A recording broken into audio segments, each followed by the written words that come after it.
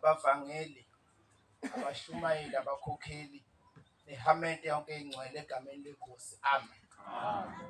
Iyaboshelwa-ke bangcwele noma izacile. La sihlangene ngendaba enkulu bantwana benkosi. Kufanele ngabe sonke sihappy, sijabulile. Ngiyathemba ukuthi sonke sijabulile ngoba usuku olukhulu lolu. Lukhulu kakhulu. Yabona makuzozala umntwana. Ngicathi ithuba selitholanga kahle besigijima. Kodwa abantu bafika nezipho nakho konke okuhle. Kube kuhle. Njengoba kukuhle phakathi kwekhaya.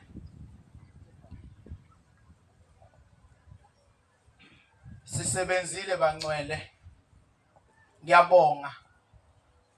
Ngithatha nje leli thuba ngoba mhlawumbe ngeke sasithole isikhathi sokubonga. Bonga abantu kade beyikhandla ngakho konke ukuyikhandla. Khona abantu abayikhandle ngokunikela, khona abantu abayikhandle ngokunikela nangemizimba yabo nangamagazi abo. Benzela lolu suku ukuthi luthi malufika kube kuhle phakathi kwekhaya. Ushembe ukwazi ukubusisa abantu bangcwele. Ngizoshaya nje amabili ngihlale phansi.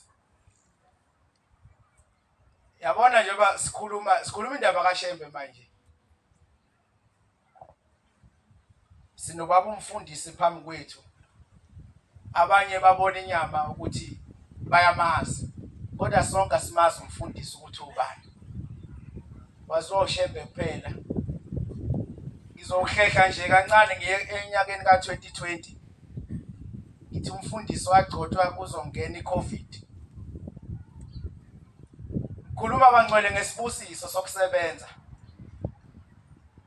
Sagijima umzuzu nangalesi asikhathi kuthi umfundisi uzothulwa phakathi kwekhaya. Ngikhumbula kahle sathi masibiza ugandaganda wakwashama amapayipi abantu, wanqamula amakhebule emizi yabantu, bamemeza abantu bathi naba abantu bakaShembe behla indawo besiqashulelo gesi. Sathi masisebenza salungisa njengoba kade silungisa nje. Ngifuna ukukutshela ukuthi konke osukukwenza kusuke kunesibusiso mokwenza ngenhliziyo emhlophe. Sathi masiqeda ngase ngiba nenkinga nje. Inkinga yasingibamba ngalendlela ukuthi ngibhekise phansi ngekhanda.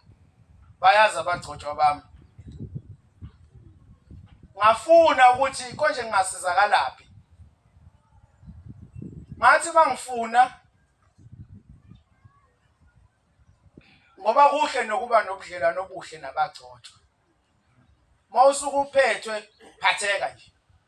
Ucaca ukuthi uphathekile, kubalekile ukuphathwa bangcwele. Ngoba ngeke siphathe sonke. Kodwa kuhle ukuthi uphathwe umuntu. Base bengithandazisa abagcotshwa. Nali leli ekhaya leli angalithola ngokuthi kugcotshwe lo mfundisi. Wathi mayigcotshwa lo mfundisi sase silungisa lapha ya. Sase sibona nathi ukuthi hawu yazi ngingathi mangikhuluma kukhulumeke.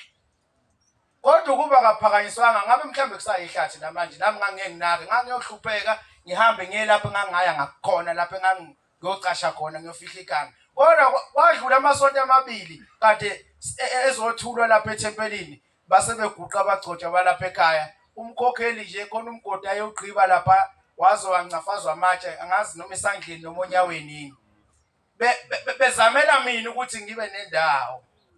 Ngikhuluma bangcwele ngemsebenzi yomfundisi. Esayigijima, sathi masigijima sase siyazuza ngahola. Nomkhokheli nomshumayeli kade sigijima izolo, ngiholile. Ngithe mangiqeda ukwenza lo msebenzi lo, ngimile ngigijima nengijima nabo. Base kwathi nje makudlula u30 days ngawina imoto. Ngizama ukusho bangcwele ukuthi musuku usebenza la. Uyisebenzela wena. Kodwa nesibusiso sakho futhi siyeza. Isibusiso singena nomuntu ethuneni. Asisali ngaphandle. Uthi noma esehamba endaweni emnyama, uqhamuke lesi asibusiso sakhe esimsebenzele simkhanyisela indlela yakhe. Sengizohlala phansi bangcwele. Sinenhlanhla thina lapha ekhaya ehlahla indlela. Ngiyaxolisa bakhona abagcotshwa sonke vele sabasehlahla indlela. Lenhlanhla yethu inkulu. Namhlanje kuzobe kuhlangene amabandla, kuhlangene abantu. Ngomfundisi ozalwa lapha ekhaya. Akazalwa kwenye indawo. Ungagijima nje uhambe phambili kodwa yena uzalwa lapha ekhaya. Ngiyabonga nani bomama abadala ngibonile izinto ezinhle enihlanganisayo ngoba niyazi uniphathile ubaba umfundisi samshumayeli.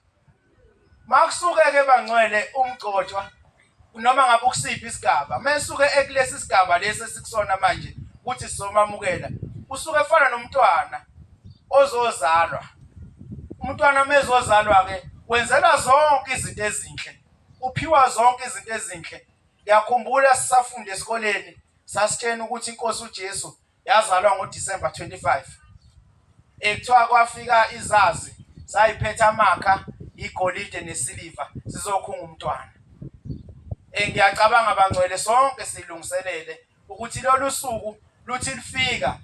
Ngiyacabanga ukuthi nokade wagcina lapha ekhaya uyabona ukuthi ngempela kuzozala umntwana lapha ekhaya. Nisazophuma nje nithi ukushaya iwonke, abashaya iwonke ubuke kahle kuzozala umntwana. Umuzi okuzozalwa kona umntwana fa uhluke kuneminye ingafani. Sibonga nje bangcwele ukusethemba, sibonga ukuthi nisethembe khona konke kade sikukhuluma nathi besingazi ukuthi sithini kodwa besithunyiwe. La ekhaya uyathunywa noma ngabe umncane. Ngicela abazokhuluma ukuze kube neorder. Kuthiwa beze ngapha ngaphambili. Kungasukuma umuntu lapha ya nalapha ya nalapha ya. Sengihlala phansi mina. Bengiyibhimbi nje lakithi. Nami angazi ukuthi bengithini kodwa ngiyacela mangenze kahle. Ngicela omkhulu bami nababake baguqa lapha nesalukwazi sangibeletha ukuthi uShembe leso sibusi sabezongipha sona asiphe bona abanike ukuthi kukhanya indlela yabo lapho bekhona ngoba sake seza ukuthi umuntu umehamba emhlabeni akangeni kusasa ezulwini yamthatha u100 weminyaka. Ngicela ukuthi uNkulunkulu akhumbule abazali bami, akhumbule abantu bami, isibusiso sami siwele ekhaya. Amen. Ngiyacela ukuthi ngishayele la verse abantu mase beyasondela ke la ngaphambili bethatha umbhobho. Iyadinga Nkosi yami Damisi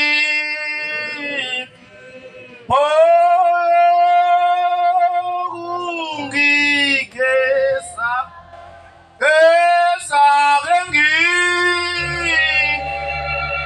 Ibuyele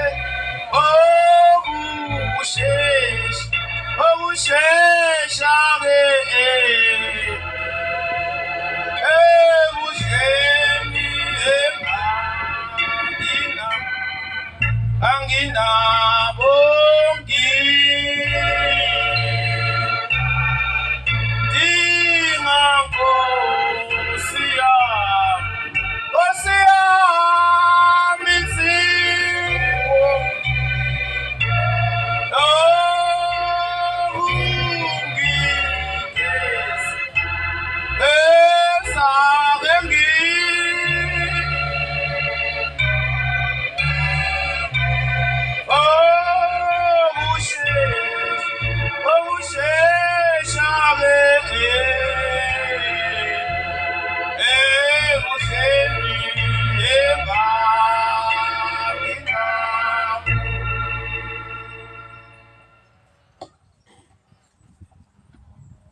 Umuzi wamaNazaretha lapho siyakhona umuzi wamaNazaretha lapho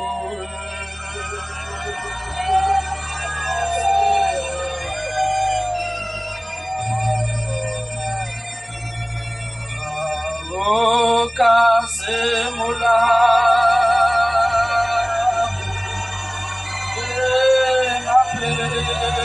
Enapesi Awelanga Anenya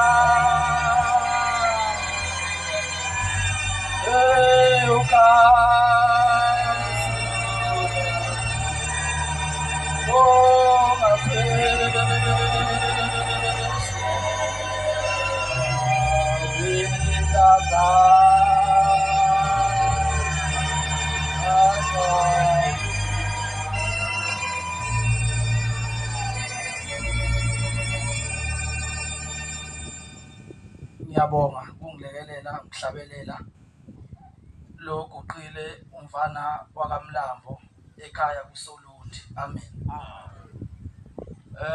mayingikhethe inkosi enkulu yasekuphakameni. Usho njalo umvangeli uMbhele ngelinye ilanga waseNdaba Zimnandi. Uthi wake waphakama esinye isalukwazi eMkhambathini. Sithi ngiyikhetha inkosi yasekuphakameni. Uthi sathi sesiyaqala siyakhuluma wayesephakama Mpombela. Wathi mntanami ngiwuwe mina bengiyona mayingikhetha inkosi yasekuphakameni. Wathi ngoba uShembe mayekhethwa uwe wena umuntu uthando lomuntu athanda ngalo uShembe lihamba liphele. Kodwa mawukhethwa uShembe uthando lukaShembe athanda ngalo umuntu alipheli. Bathi-ke obaba yake yakhuluma inkosi langa.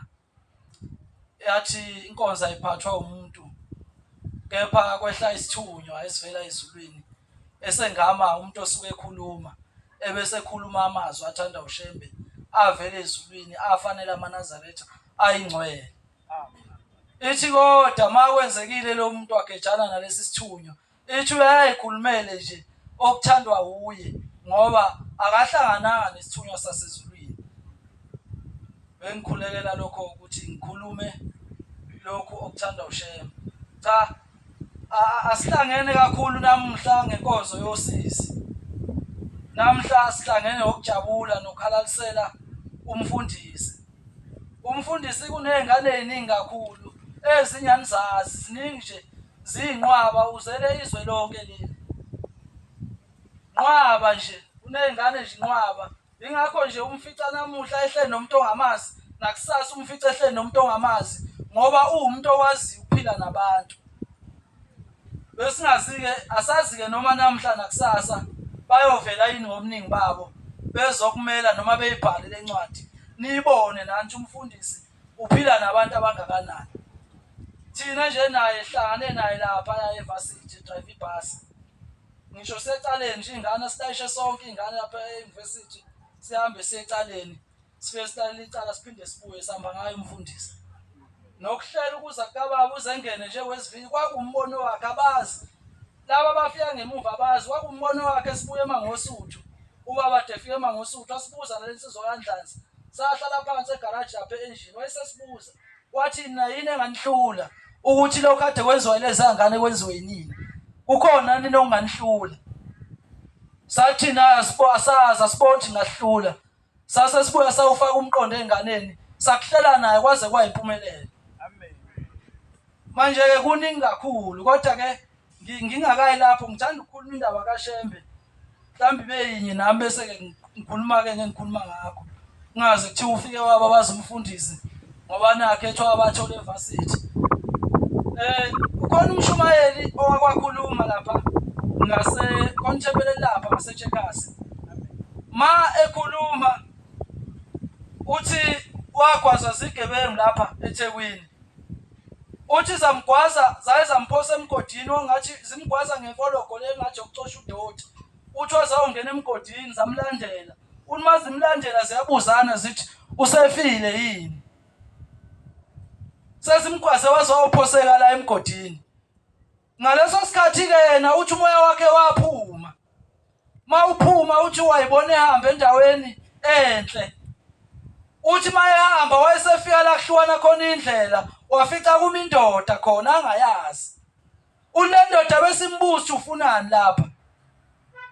Uthi wathi dethi ngibuthi ngifunani lapha ukuthini ngoba sengishonile ngihambile emhlabeni. Uthi ayisithi lendoda igama lakho nesibongo ubani ngoba akadluli umuntu lapha ogama lakhe alilotshiwe kule ncwadi engiyiphethe.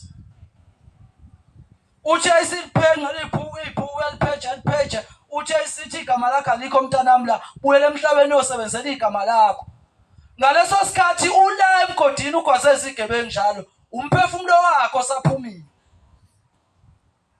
Laselithi wawusubuya umoya kuye ngenkathi inkosi ithi ethi buyela emhlabeni osebenzela igama lakho wawusubuya kiyo wawusungena kuyena.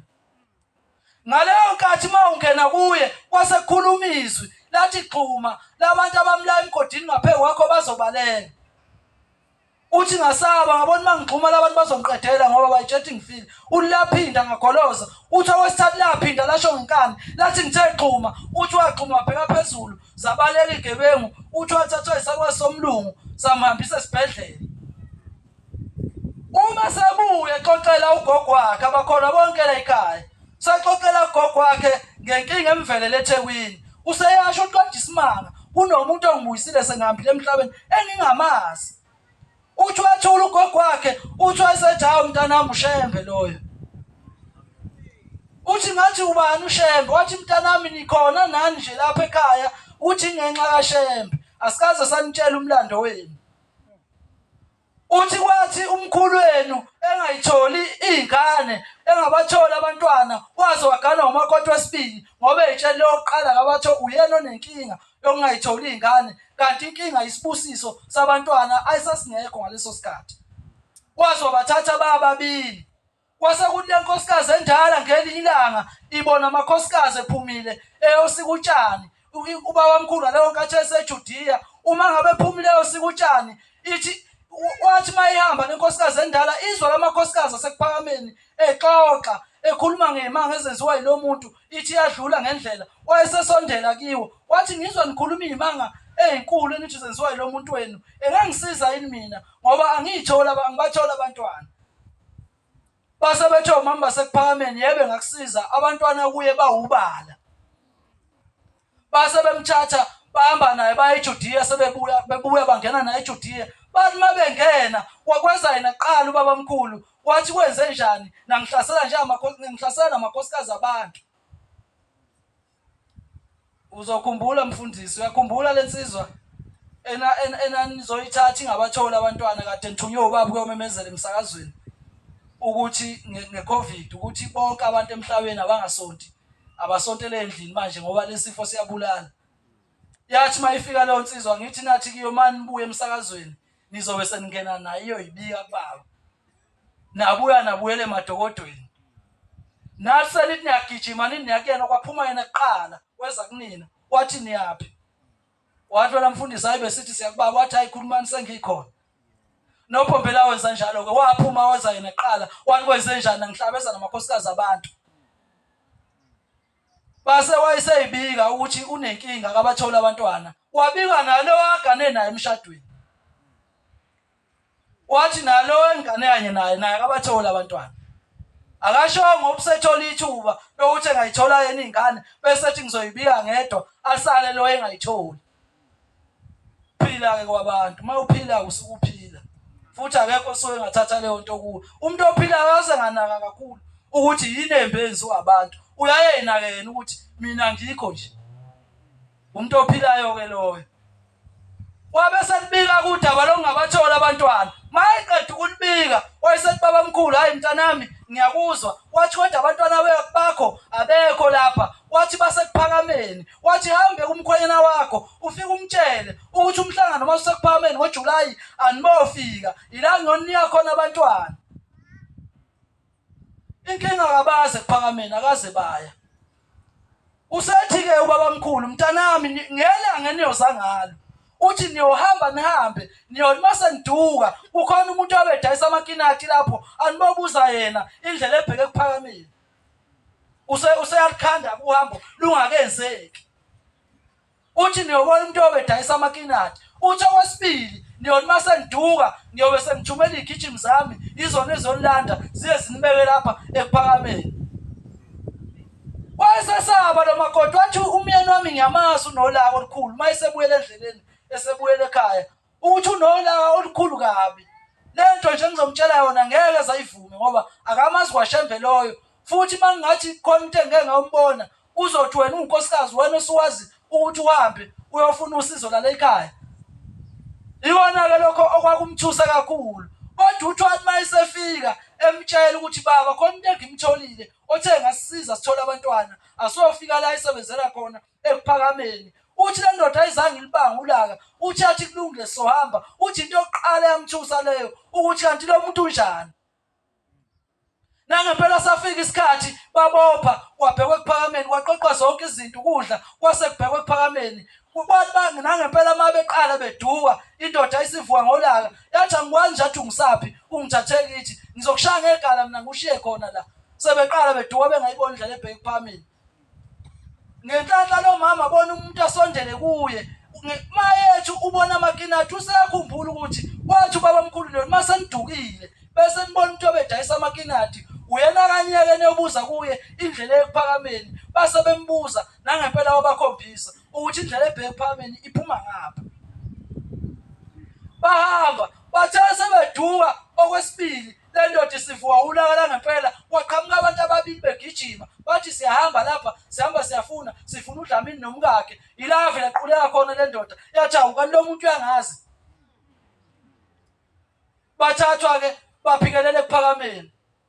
Mase befikile ekuphakameni bahlala isikhathi bahlala kwakuthiwa kulindwa-ke bathi kwakukhona indawo okufike kulindwe kiyo bahlala balinda kwathi mase kuphelile ukudla le ndoda uDlamini yayisibiza umkayo yathi uyabona lento esiyihlale lapha ayikho kuphelile ngisho ukudla manje kusasa lokho kusayo kuzomela sibophe imithwalo yethu sihambe ngoba lo muntu uhlalisela ubani.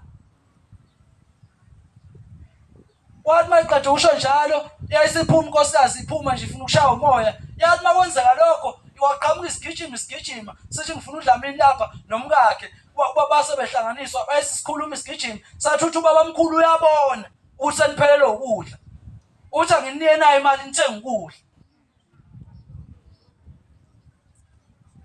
Yathi masiphuma isigijima yasala yathetha le ndoda yathi wena nkosikazi isikhohlakala ngathi uphuma la uhamba wotshela lo muntu thina siphele ukudla uthi baba ngikaze ngimtshele uthi uyibonele lo muntu uyizwele yena uthi asinakudla ngikaze ngikhulume naye wathi unamanga. Bahlala kanti le ndoda indoda ayikihlale besiphelele ibhema kwase kuphela ugwayi le ubhemayo yambiza kumkayo yamtshela yathi amacaba akho kaphelile manje uqamba ushini ngoba ugwayi wamphelile siyahamba manje ayisento esizoyikhuluma nakhona wasengaze kufa umuzi ngogwayi kusilindwa ingane umuntu akhethe ugwayi. Washo njalo-ke wathi ngoba ugwayi wami nje awusekho uphelile namuhla siyahamba ayikho into esizoyikhuluma. Ngalelo langa kudingeka nokuthi iziphume inkosikazi waqhamuka isigijima ubaba mkhulu esinika imali wathi ubaba mkhulu uthi uyabona ukuthi uDlamini uphele ugwayi uthi angimnikele imali athenge ugwayi wakhe.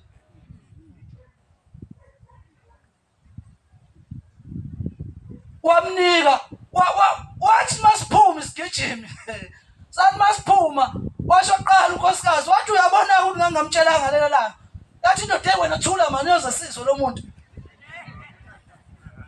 yayisibheme yakhona nangempela ayibhema-ke vele. Sasasibuya isigijimi sathi lindani kuthiwa ngeviki elizayo into yena eniyihlalele izobe isikhona izobe isifikile. Kwathi nangempela uma uvala umhlangano base behlukaniswa abantu kwahlukaniswa ngey'nkinga zabo kwathiwa bangabatholi abantwana ngapha abawukuthi ngapha. Bathi mase behlukanisiwe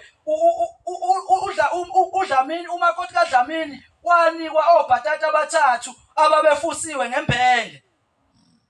Kwathiwa kadle labo bhatata uthi ngawubamba obawufusiwe ngithi ngifuna ukuhluba kabi uthi wangikhuza wangijethisa wathi wena wathi bamba kahle wathi akibo bhatata labo zingane zakho lezo. Uthi-ke ngabadla ngibadla namakhasi abo uthi ngathi mase ngifika kulo wesithathu ubhatata ngithi ngiyawudla uthi ngezwa ngishaya umbani uthi wathi kancane mayeshaya umbani uthi wayesebuza baba mkhulu wathi kwenze njani mntanami uthi ngathi ngishaya umbani uthi wathi akusiyo umbani loyo wathi inkosi eyohamba ihlale kuleli bandla eyoba inolaka njengoba sinayo nje namuhla kwakhulunywa ngayo kudala. Ngoba ude bendaba engikuxoxile ayipheli ziningi kodwa ngoba baningi futhi sihlangene nje ngokujabula ngizocela ukwehlela ngezansi Nkosi usenizwile amen. Yalikhetha unyazo lezulu ngizocela ukukhunga ingilosi ehlabelele uthufuthu Nkosi yethu simakade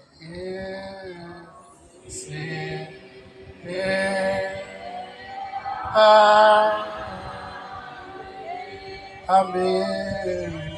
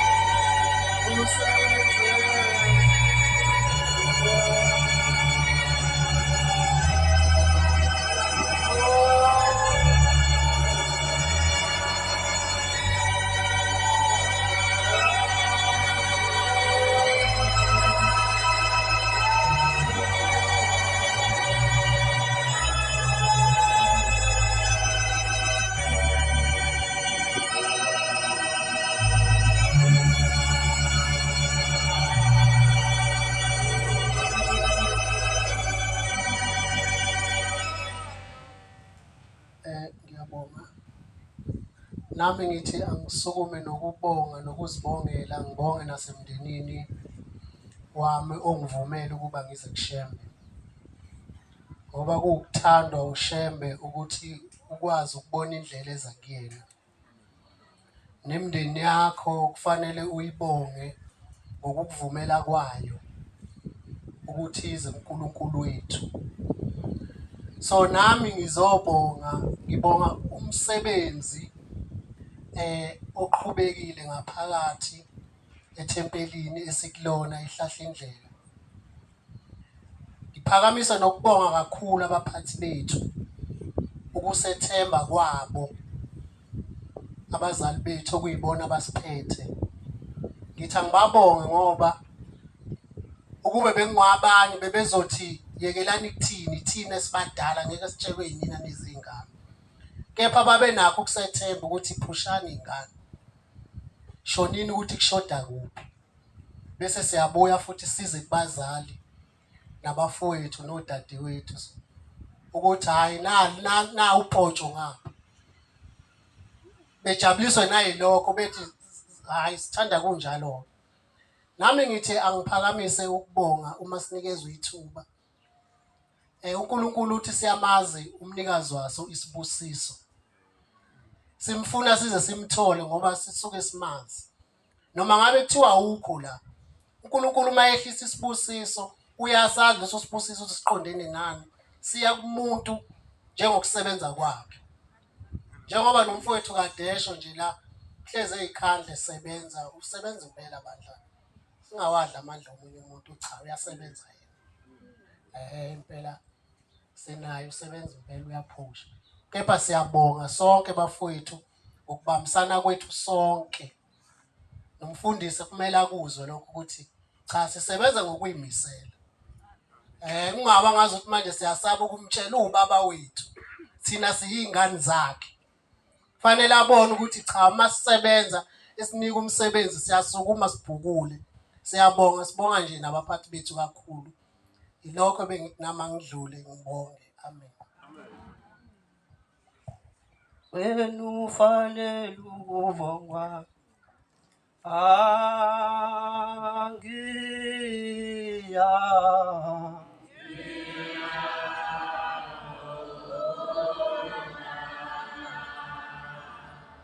emaguqulwe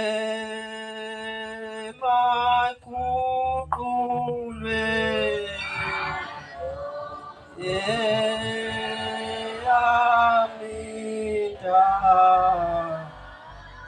doyifani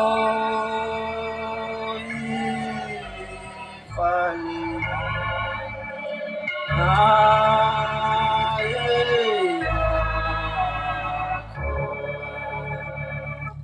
yakho wena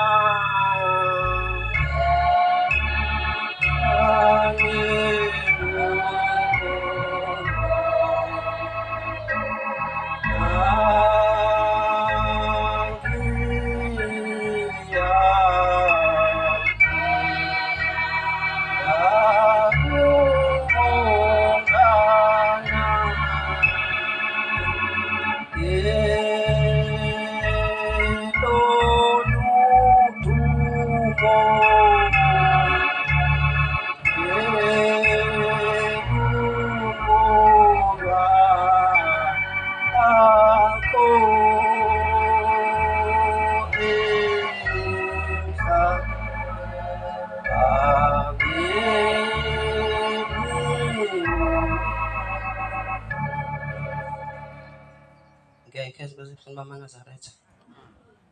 Ngicela ukuqala ngibonge ingelosi yasehlahla indlela.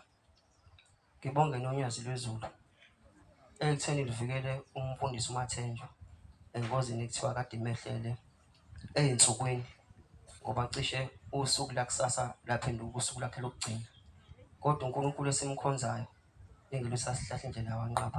Ngiqale ngibonge lapho kuqala ukuthi siyakuthanda umfundisi kakhulu, akekho ungadumalanga mhla sizwa lezo y'ndaba. Uma-ke sikhuluma ngomfundisi, sikhuluma ngomuntu ekufanele uma ufike kuyena unenkinga noma unanhloboni yosizi ngoba uyisandla sokuphonsa kaSashembe noma ngoba umgogodla wonyazi noma engene kwakho unenkinga noma unanhloboni inkinga kade ukhuluma naye kodwa uzizwe ungcono. Uma sikhuluma ngomfundisi, sikhuluma ngomuntu ukuthi endaweni ayiphethe akawaxova amathempela akaxabanisi ngoba yena umfundisi uyisandla sonyazi. Umfundisi umuntu ongaxabanisi. Umfundisi kodwa umuntu ongumlamuli. Umuntu mefice abantu belwa bexabana simusana ukuyenza into ababiza abahlali phansi abalamuli. Uma sikhuluma ngomfundisi sikhuluma ngomuntu osimufike kena uhlwempu nomfike kena ungagqokile uhamba nqunu uhambaze. Athi mntana mina azi ingubo ugqoka ngoba wena umfundisi umsebenzi wakho ukufundisa.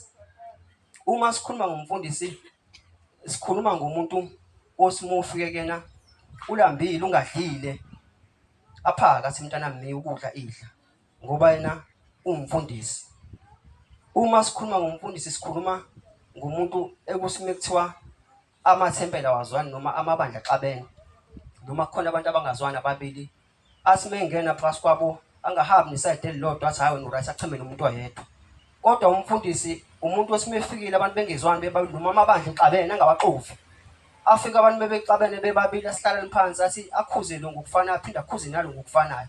Asi lento yenzama usukuyenza nayo lento yenzama usukuyenza bese sixolelanani-ke bakhawulana bahambe sebexolele ngoba sebefike esandleni sonyazi.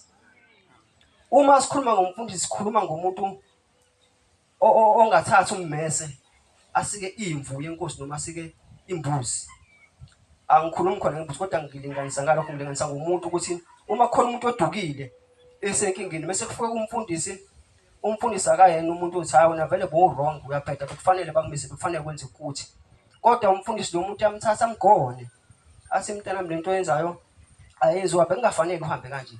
Kufanele kube ukuthi nokuthi ukuze leyo mvu edukile izibone nayo ifana nezinye izimvu.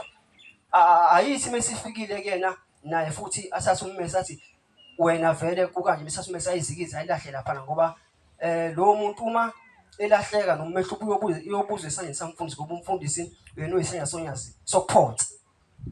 Uma sikhuluma ngomfundisi sikhuluma ngomuntu ekufanele simthande simenzele izinto ezinhle. Uma sikhuluma ngomfundisi sikhuluma ngomuntu naye futhi onothando onomusa owenzela abantu izinto ezinhle. Kunevesi lehlabelweni elithi uma ngumfundisi ubosifundisa wena ukukhuthala ukuze abantu babonele ukuthi wathi uNkulunkulu akusetshenzwe. Uma wena mfundisi wenhloko kuvilapha na? Awuzuba umthwalo phezu kwabo na? Uma umfundisi-ke akufanele ugcine somthwalo phezu kwabantu. Usimaqhamuka kuthiwe wena ngokusezofuna ukuthi ngoba wena umfundisi. Kodwa kufanele usimoqhamuka wonke umuntu ajabule. Uma ungumfundisi noma ngathiwa into ophiwe incane kangakanani, kodwa ngoba usukenziwe iy'ngane zakho njengobaba ekhaya, sekufanele ujabulele. Ngiyaxolisa ukuthi ngande kakhulu. Ngicela ukwehlela ngezansi ngidedele. Usibe senikuzweni. Mphakama nokuyikhetha Inkosi enkulu yamaNazaretha uNyazo lwezulu. Amen. Ngizocela ukudlula la esihlabelelweni esesihlanu. Nina bathanda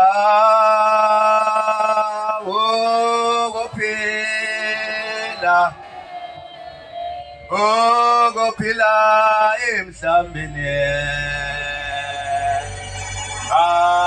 kaJesu. Nina bathanda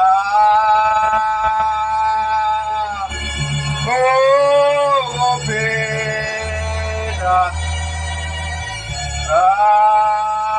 emhlambeni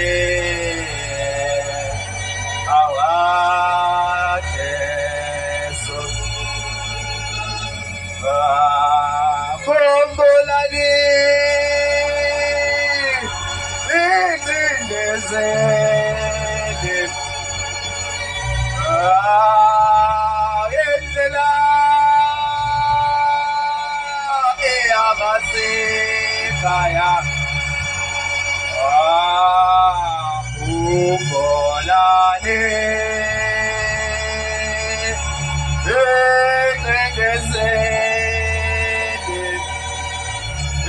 incindezeli yendlela eya ekhaya.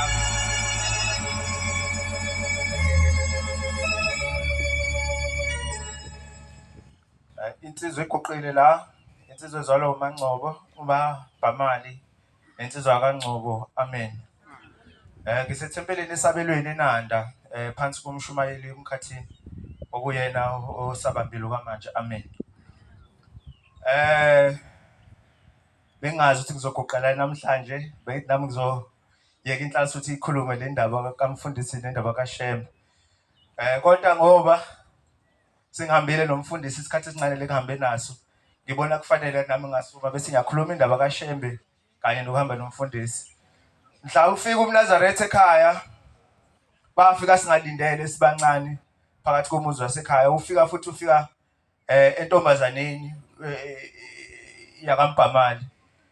Bathi befika lentokazi yakaMbhamali yabe isiheha kakhulu ukuthi silithande isabatha, ukuthi bakuze isabatha besiyalungisa kakhulu, ipheka ukudla okumnandi okuxakileyo ukuze singaphatheki kabuhlungu ukuthi siyekise ukupheka ngesabatha esisifaka esabathini. Kwakuthi makunjalo njalo selifika isabatha sasililangazelela ukuthi singathi ngafika ngoba kwakhona yonke into ukudla ngaphakathi ekhaya engathandwa abantwana ngalo isabatha. Kwahamba lentokazi kwenza lokho salijwayela isabatha. Sase sajwayela ukukhonza la ekhaya eNazaretha, amaNazaretha sakhetha inkosi sabhabhadiso. Amen. Indaba yami lapho ukuthi ngizokhuluma ngomfundisi ukuthi kwenza kwale ntombi engizalayo kwangiletha kulo leli bandla. Ngeke ngidabuke mangibona izinsizwa nezintombi obaba nomama abanabantwana mabe enkonzweni base babashiya abantwana ekhaya behambe bodwa. Ngoba labantwana labo yibo ngolinye ilanga kufanele bayikhulume le ndaba kaShembe bona bengasekho. Base ngibona umsebenzi kaShembe ukuthi awusuyalimala base beshiya abantwana. Ngoba nami ngiyiwo lo mntwana lo wancengwa kakhulu ukuthi alandele kuyo le nkonzo yaseNazaretha. Wasincenga uma wasincenga ngendlela enamandla. Wasincenga yazi yangena igazini yajwayeleka le nkonzo. Le kwathi kusejwayelekile le nkonzo ngahamba sengihlangana naye umfundisi uMathenjwa. Ngizokhuluma leyo ndaba namhlanje. Amen. Ngoba namhlanje ngizoyikhuluma nje le ndaba le ngoba kunento enhle eyenzeka phakathi kwamagceke asekhaya kaMbhamali ngayo lensizwa kaMathenjwa. Kuthe umakoti kade eselinde besemnandi umakoti ngithi ngonyaka odlule ngo-2023 noma ngo-2024 ngisenaso isiqiniso isiqiniseko. Kodwa umakoti kade eyithwele. Umakoti uthe sefika ey'nsukwini zakhe zokugcina ukuthi fanele amshaye phansi umntwana kwanzima kakhulu. Kwanzima kakhulu umntwana ukuthi bese sifika lo moya ukuthi angamshaye phansi, kuthi bese kufanele ufike kwivuthondaba uma usuyayeka lo moya lo usuyathula. Uthi bese ehambe yakodokotela bathi odokotela iy'nsuku zakho seyishayile impela kodwa sesiyayibona useyifuna ungena ey'nyangeni zeshumi. Umntwana akashayeki phansi. Ngabe sengiphatheka kakhulu ukuthi naku sekunomntwana wabantu lesengena emagcekeni asekhaya. Naku sekuzoba nenkinga kanje. Kungeze kanjalo ukuthi mase kwenzeke okubi umntwana egcine ngabe esaphila kanye nomakoti wami bese yahamba bebasha bengena nje egcekeni. Ngabe sengishaya ucingo, sengishayela umfundisi, sethi umfundisi naku umbhekelwe isimo la. Ngibhekelwe isimo la umakoti seyifikile iy'nsuku zakhe. Kodwa mase siyafika fanele amshaye phansi umntwana bese yafika lento bese siyanqamuka bese ngamshayi. Ngabe sengimthatha umakoti ngemisa esibhedlela eWentworth. Wabe sefika kweWentworth babafike bamzama ngako konke bethi bayamphuthumisa odokotela ngegaba zakhona zokuphuthumisa umuntu osesigabeni sakhe kwangenzeka lutho umntwana. Bebethi bemfaka emabhandeni bethi bamcheck umntwana bethi bamcheck inhliziyo. Bamcheck inhliziyo bethi umntwana hayi uyaphila umntwana ukahle futhi akanalutho kodwa umakoti akamshayi phansi. Ngabe sengifonela umfundisi la kunzima la ngazi ukuthi ngenze njani. Umakoti akamshaya umntwana phansi sekuyinsuku manje sesengena emavikini ulokuthiwa uzomshaya ngamshaya umntwana. Nawe uyasaba lapha nabantu abafike nabo esibhedlela usebabonile bengena bephuma sebashintshana sekuyena manje ngathi siqala ukuba mdala lesibhedlela. Ngoba siyapheka amavili lokho ehleli. Wabe sethi umfundisi ukephi? Ngathi mina ngisesibhedlela njengamanje ngiseWentworth. Wathi umfundisi phuthuma uze la kimi ePhakameni. Kade kwakhiwa nje emzini omkhulu wasePhakameni ngoba kwakhiwa nje namanje. Wathi phuthuma sekufikile kufika unyazi la eleduzeni phuthuma uze la kumina. Ngabe sengiphuthuma esibhedlela ngashaya imoto ngaya kuyo umfundisi. Wafica umfundisi uhleli nabavangeli wathi fika umfundisi wathi ya kwenze njani? Athi mina baba ngazi kodwa umakoti akamshayi phansi umntwana. Athi umfundisi awu usuqaqile konke izibopho athi ngimfundisa ngazi uchaza ukuthini wathi phela fanele ngiqaqe yonke into. Asathi mina oh sengiyezwa ke mfundisi. Wasathi unyazi lifikile lizobheka umuzi walo wakhiwa la ePhakameni. Vele ume laphana phuthuma uyoguqa khona. Usuyambikela ushembe lento le olentuzayo lento obhekane nayo. Ngenza njalo abantwana benkosi ngokusho kwamfundisi. Ulentuza umabhedla ukhuluma indaba enkulu kabi uthi umfundisi uzele izwe lonke kunabantwana abaningi abanye abantwana abaziyo. Ngiwuko mina lo mntwana loyo. Nami umfundisi ngokusondela kuleli bandla umama esingcele ngcela kuleli bandla sezangathola ubaba ngenxa yakhe ukuthi umfundisi ungumsondeze eduze ngokwazi ukuphilelana nabantu. Ngiyami ngiyafakaza koko lo ukuthi namhlanje kunjalo. Uthi ngabe sengiyaguqa-ke la ngabe sengiyaguqa singiyathandaza wathi la bekubunyazi la guqa khona ukuthi uyathandaza ubikele ushembe inkinga yakho. Ngabe singiyabika ngithi baba umakoti seyifikile iy'nsuku zakho sesibhedlela kodwa umntwana akamshayi phansi. Ngabe sengiyeza washo umfundisi hamba unikele nansi imbenge. Ngahamba ngonikela imbenge khona imbenge eyibakhona laphana ngala endlini yokushaya kwey'nsimbi ePhakameni ngabe singanikele. Kwathi akuphelanga nano 4 hours ngiqeda ukuyibika leyo nto ngabe sengithola ucingo kumakoti asesemshayile phansi umntwana. Amazwi ngiyale ngangithole kumfundisi uMathenjwa lehlangane ngaye namhlanje. Amen. Wamshaya phansi umntwana uthi umakoti masemshayile phansi umntwana uthi kwenzeka into engayazi ukuthi yini. Uthi uqeda ukumshaya phansi umntwana uthi base bemnikeza yena odokotela uthi base bambamba. Uthi wathi beqeda nje ukuphuma odokotela uthi umntwana isimongo sakhe zabe esakhanya umbala omkhulu kabi ongaziwa. Uthi bethi awubuka isiphongo sakhe umntwana sishaya imbani. Siyashaya siyabaniza lentuza ngabe sengazi mina hawu. Futhi ngempela kubeka khona ukuthi ngempela lo mthandazo lo uzwakayena kushembe. Uthi umntwana uthi wabe semthusa lo mntwana sobe semthatha usemphosa phansi empedeni sobe sesukuma empedeni wambuka. Uthi uyambuka lapho uthi ama-veins akhe la esiphongweni ashaya imbani. Uthi kwathi sambuka kanjalo uthi wabe senza ubaba wakhe ubaba kamakoti umkhwe wami uthi wamuzwe ehleka akasekho emhlabeni. Uthi wamuzwe ehleke ngene esibhedlela ehleka kube ngathi kunabantu angena nabo akhuluma nabo. Uthi wamuzwe ehleka uthi wabe sembheka uthi ufa ubaba ongizalayo uthi ubaba ongizalayo uthi wangabe sambona. Uthi wangabe saphela nesikhathi esithile uthi wabe ebona umkhwekazi engena ezobona umntwana. Konke le ngisuku ngizokhuluma namhlanje ngizokhuluma ngokuthi umfundisi uMathenje ukuthi ngempela unabantwana abaningi abagcwele umhlaba wonke niyasisondeza phakathi ngoba ubaba onothando ngenxa yokuthi le ntokazi ekuzalayo iyakwazi ukusinaka ukuthi sisize la ekhaya ngongisuke ngathi ngiyadabuka bangibona omama nobaba ukuthi babeze enkonzweni ingane bayishiye ekhaya beze bevuma ukuthi bahlulwa yingane ukuthi singezi nazo enkonzweni kanti la ingane mase zikhona la enkonzweni zifika ezithola obaba abakhulile obaba abazoyisondeza eduze base bazoyingamela mina ungeMathenje ungenze njalo umfundisi uMathenje ufike wangithola kuleli bandla wafika wangithola wangingamela kwathi noma sengivekelwa isisho kade engazi mina ngumfana omncane sobe ngizosenza kanjani ngoba bese ngokwazi kwakhe ngomfundisi nobabudala bese ngiphi iyalo ukuthi yenza kanje namhlanje ikhona leyo nsizwa sinonyaka igama layo uSibani ngenxa eyenzeka kuyo ukuthi kwamanya kwabanika isiphongo sayo ngenxa sengithandazile la kwakume khona uShembe amen Nkosi ibusiswe nikuzwile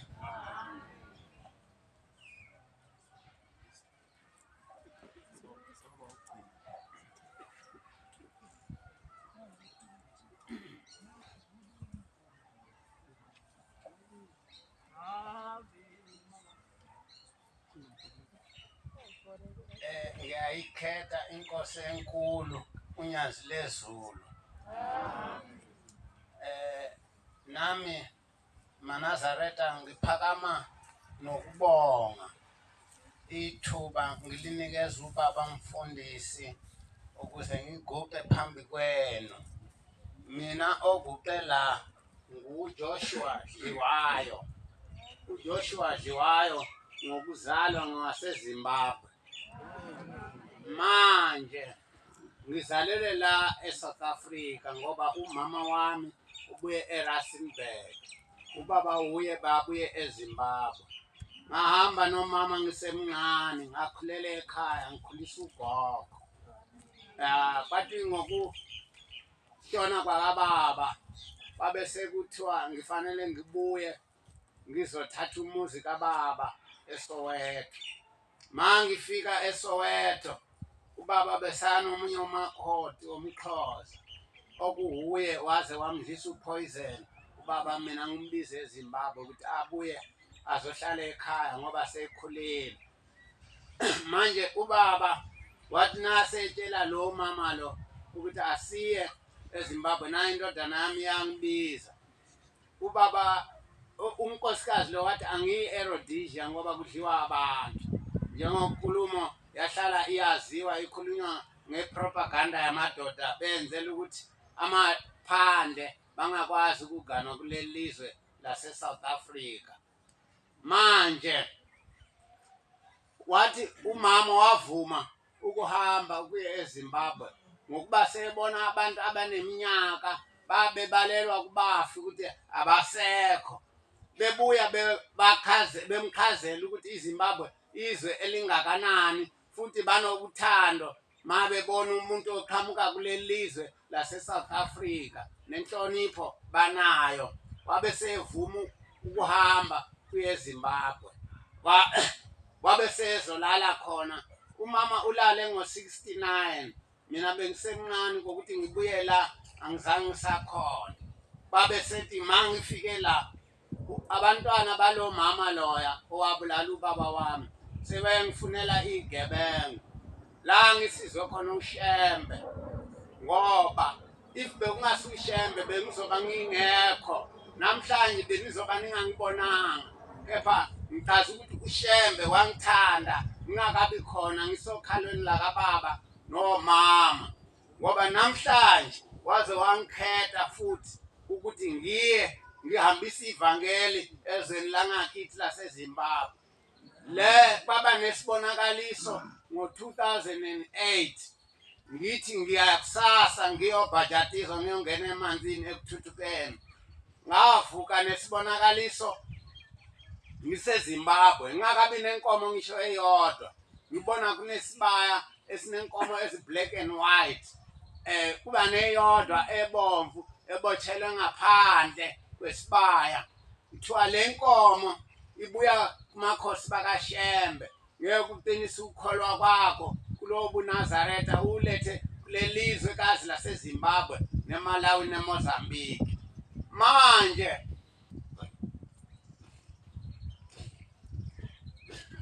lokho yikho kwangidalela ukuthi ngize ngizohlangana nobaba owethu sihlangane naye namhlanje umfundisi Mathenjwa ukuthi angisondeze enkosini uNyazi ukuthi ngiyobika lolu daba lwami ngoba ngiyabona konakele into zami nempilo yami nomsebenzi ayisahambi ngendlela ngoba uShembe uyangidinga ukuthi ngihambise lo msebenzi nabo abantwana bakhe abafundisi bamabandla bayangihlupha mangiye khona ekhaya bathi uphi uShembe wakho loyo njengoba wasitshela ngoShembe sithi ma wena uhambile siphupho umuntu lo ohambatha amabheji njengokuchaza kwakho uShembe lo sifuna usivulela amathempeli manje ubaba mfundisi Mathenjwa waze walakhi isu lokuthi azayongifikisa phezulu koNyazi ngifike phezulu kwenkosi uNyazi nge-29 yakaMarch yesikhumbuzo inyanga yesikhumbuzo sothingo wangisondeza ngakhuluma nalo uNyazi lathi Dliwayo ngizonamathele olimini lwakho ngizoba nawe la uhamba khona namhlanje Manazaretha la ngikhona ePitoli kunabantu babethi ma bebona mina bathi hayi lento eyikhonza umuntu namhlanje manje sengixoxa nabo babona ukuthi la bekhona balahlekile abanye basondela bebuza namathempeli abanye baze bafikele ethempelini ngithanda ukuxolisa Manazaretha ngoba angizange nibeke ukuthi mina ePitoli ngiphethwe ubaba Mshumayeli uhlatshwayo esindisweni thempeli yiko ngikhamka khona ngisondelela ngokuba ubaba ungimemile ngalo msebenzi ukuthi uzoba khona nge-8 yakaJune ngangiloko ngithandaza ukuthi ngathola phi amandla ukuthi nami ngizoba ufakazi kwalo mqimbi nemsebenzi yakababa mfundisi ubaba mfundisi wangena esikhundleni sakamfundisi Khumalo Solele umfundisi Khumalo uye waqala ukungisondeza ubaba uThingo ngo-2008 emuzini womoya wathi nase ngizwile ngo-2020 ukuthi ubaba ulele ngathi hawu manje sengizokhalela kubani ngoba uye ubaba bangiphutha usizi lwami kepha namhlanje nangu nginaye ubaba umfundisi Mathenjwa sengithole ubaba nomama ngoba nginje ngiphelele anginaye dadewethu anginamfowethu anginabhuti kepha ngibatholile abafowethu la eNazaretha manje Manazaretha ngicela ningikhulekise ukuthi lo msebenzi leli jogo ngilithwese inkosi yethu yasebuhleni bamaNazaretha ube impumelelo ngikwazi ukuthi ngilihambise leli vangeli ngoba ngiyazi ukuthi imizwa yami idinga ukuthi ngihambe njengempela kepha amandla awangakabi khona iyo ngiyacelayo ukuthi ngithole amandla ukuthi ngikwazi ukuthi ngihambise lolu daba lwakaShembe kuyovulwa amathempeli ezweni lakithi manje amandla iyo ngiwacelayo kini Manazaretha